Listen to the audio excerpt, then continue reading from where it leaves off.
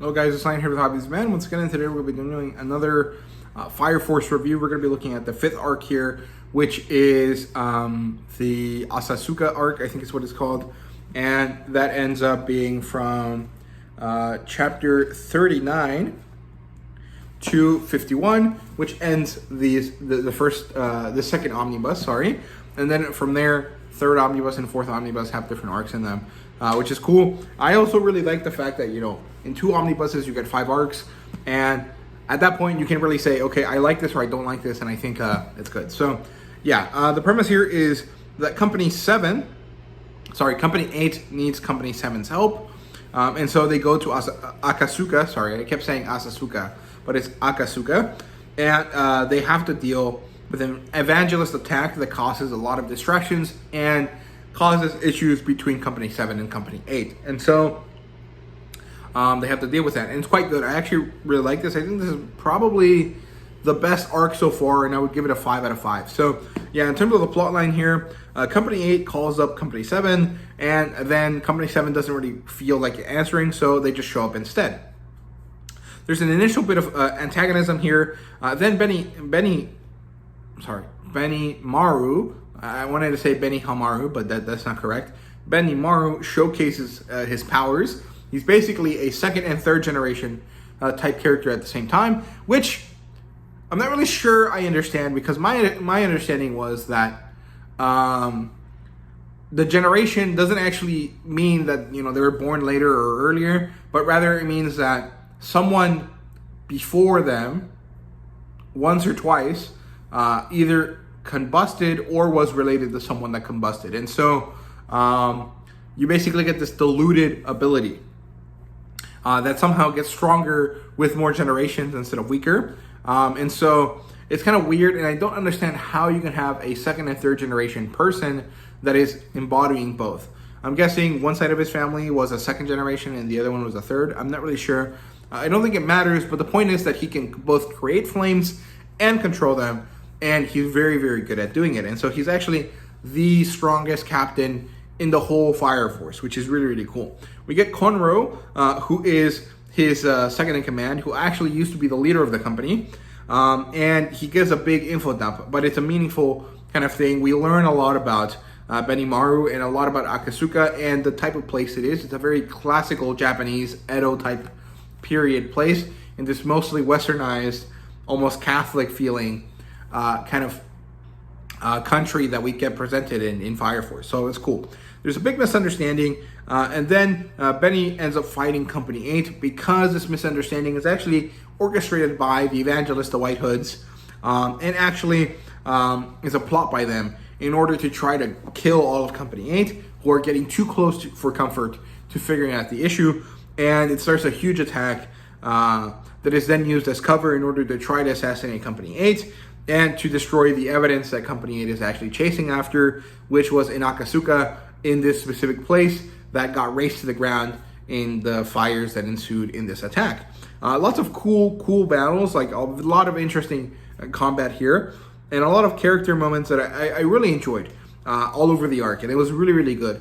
So I quite like that. This might actually end up being a little bit of a shorter video because I don't feel like going into each fight, because ultimately it's not important. What is important is that there's a lot of character moments and that there's a lot of plot development here. But mostly it is about introducing Benny Maru and Company 7 and kind of gathering allies to Company 8, right? And so since I'm not going to get into detail about everything that happened, this actually might end up being a little bit shorter than usual. I'm not really sure though.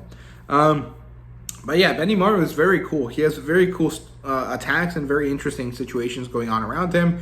And we get Conroe, and we learn about ash disease or carbonification, like when a user of fire uses their fire so much that it actually starts to kill them.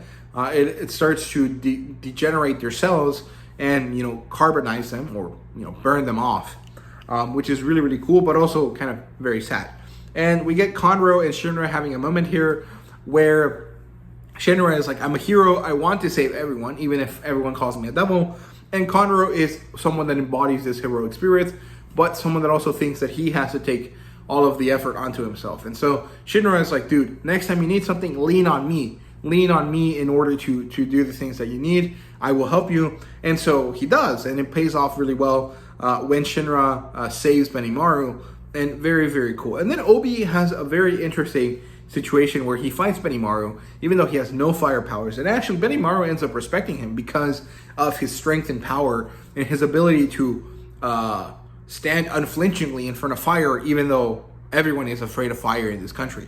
And it's very, very cool. He's a badass. I love him. He's such a good character.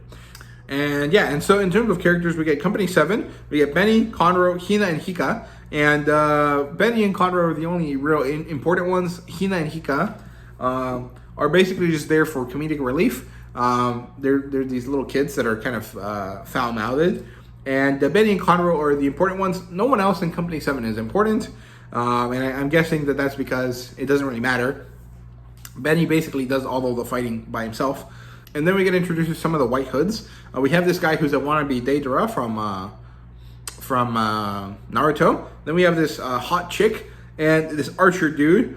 Or maybe the hot chick is the archer. I don't really remember. It was kind of unclear. And then there's this other character who they just call the hood guy. And he's the one that's trying to protect the archer person from all of the other attacks. And overall, pretty cool. I quite like all of the stuff that happened here.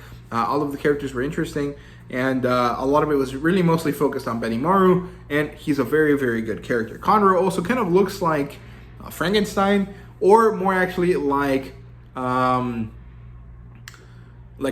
from One Piece. And I really like his look. I think it works really, really well.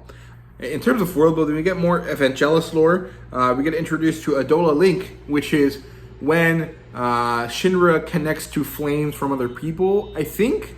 And I think it's due to his Adola Burst ability. I'm not really sure. We also get introduced to demons, who are infernals that get powered up by the location they're in, because certain locations actually create stronger fire demons. And it's pretty interesting because of these power spots. We learned about Akatsuka and the pre-solar era style world that they kind of try to be like, which is more classical Japan.